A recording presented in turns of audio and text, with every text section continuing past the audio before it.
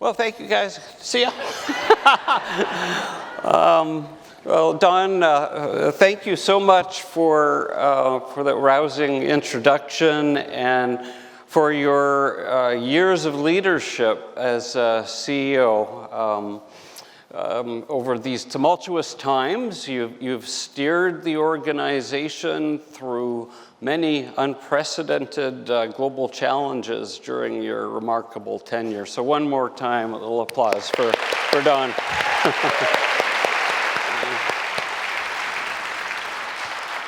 And I'm especially excited to confirm that we're delighted that no stranger to this community, the delightful Marla Blow, will be taking the reins as CEO real soon. Yay! Yes.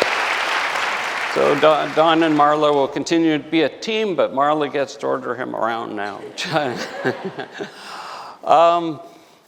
Lastly, I'd like to thank our board of directors who have guided the foundation in my absence. I'd especially like to thank Jim DeMartini, who was acting chair until I returned to the chair position this January. Board, please stand and accept our thanks, if you can.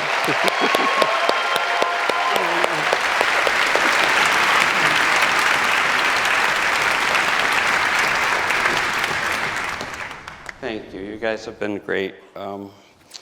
Well, ladies and gentlemen, distinguished guests and fellow change makers, it's an honor to stand before you today and a great pleasure to be back at the Skoll World Forum with this incredible community after a long 7 years away. As some of you may know, I've been dealing with a serious medical condition for these last 8 years. And while I'm not completely through this battle, I am better.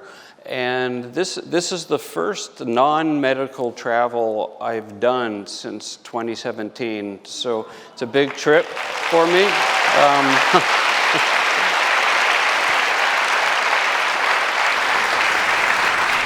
But there's nowhere else I'd prefer to be than in this room with the world's greatest social entrepreneurs and innovators. That's the best gift of all. Thank you. Thank you for being here. And this year we come together at a moment of great disruption in the world. And while it feels like we could say that every year, this year is especially challenging. The recent dismantling of institutions in the US and the resources that come with them have directly affected the vital work of many, if not all, of us in this room.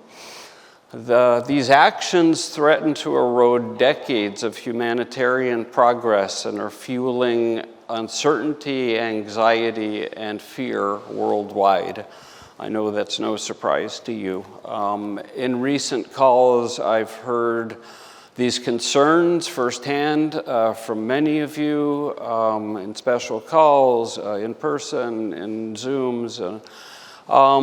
And all I can say is we will be addressing these issues in the world all week at the forum. That's why we gather. I always envisioned the Skoll World Forum as a platform to exchange ideas and views to solve these global challenges.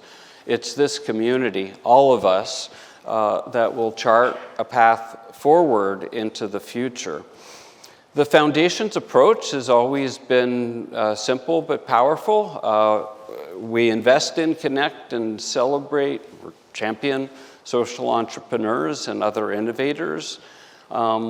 You are the audacious individuals who see broken systems and dare to fix them. And now here we are in a space where all you trailblazers come together, a global meeting of minds to share ideas, forge partnerships, and amplify impact.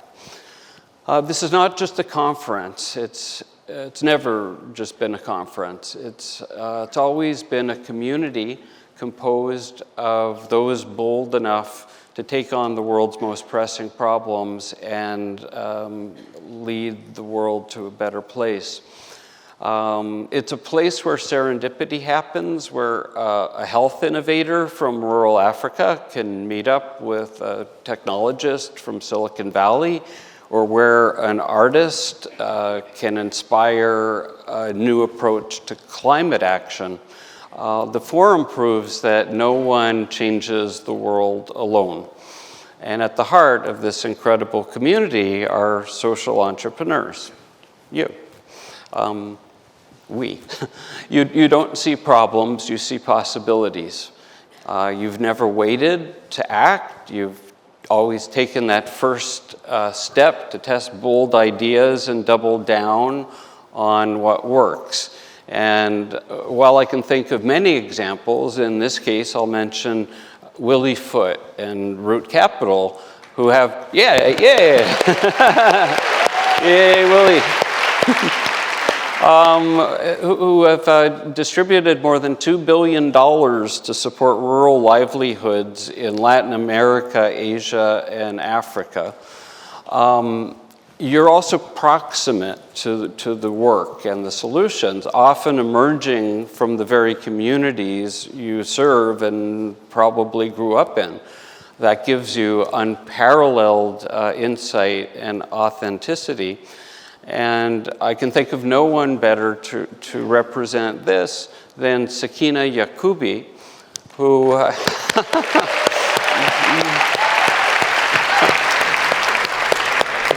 there she is. Sakina always inspires me.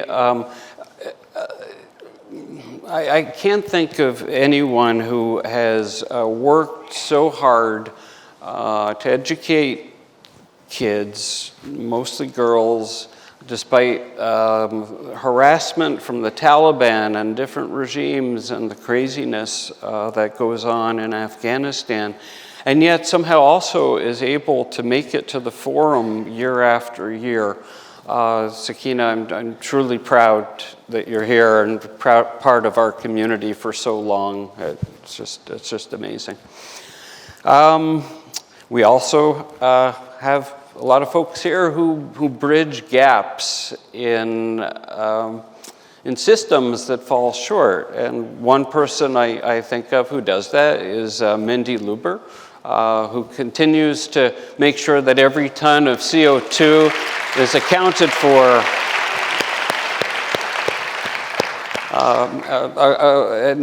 Mindy has something like companies with, I don't have a number, but I think it's something like 60 trillion, Mindy, is it 60 trillion under management that have to report their CO2. What an incredible accomplishment, starting from zero, I don't know, 20 years ago?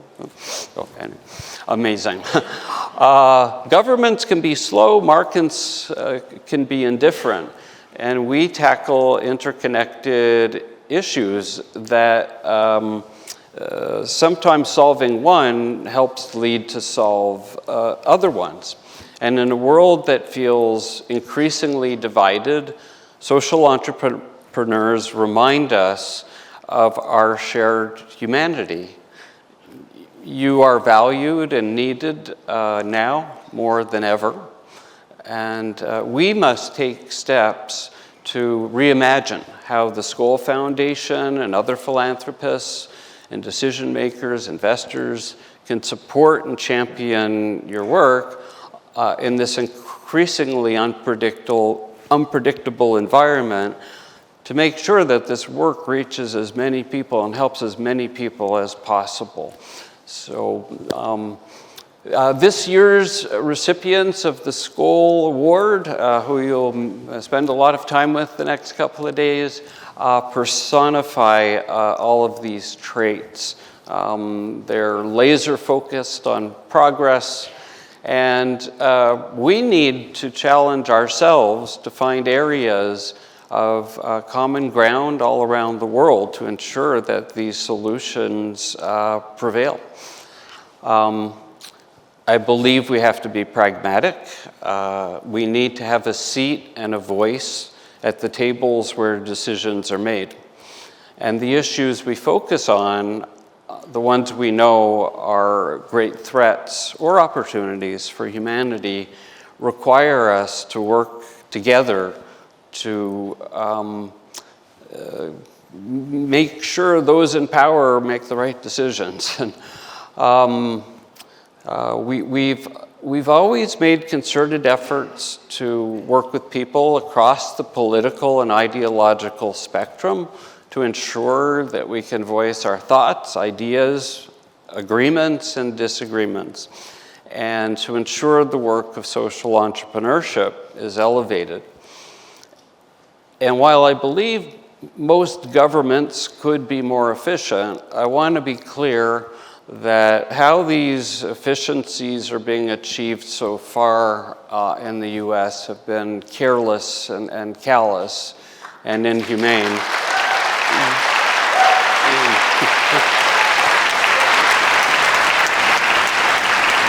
Yeah. We do understand how difficult these changes have been for you and for many out there. In light of these new realities, we announced recently the creation of an emergency fund to help our awardees and grantees adjust. It's an increase of about 30% of what we were planning to allocate in grants this year. And while we know this money is not enough to make up for the losses that many of you are feeling, we hope it serves as a signal to other funders to consider this an emergency and increase their grant making in this moment.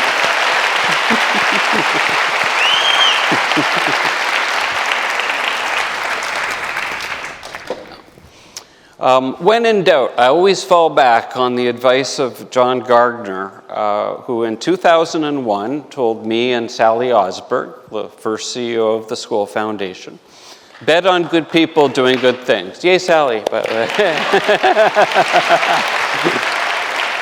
There you are. John Gardner said that issues will inevitably fall through the cracks of institutions, educational institutions, governments, businesses, religious institutions, and others. But there would be people, namely the people in this room, who would commit themselves to finding and scaling creative solutions. We know the work must be done, and you are the heroes on the front lines.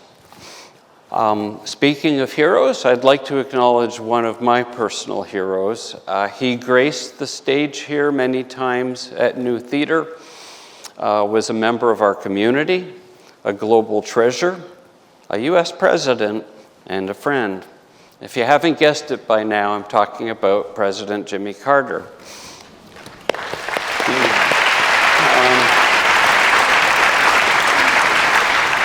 I got to know President Carter pretty well in the 10 years or so we spent together working on the elders, and the former leader of the elders, Mabel Van Oranje, is here today.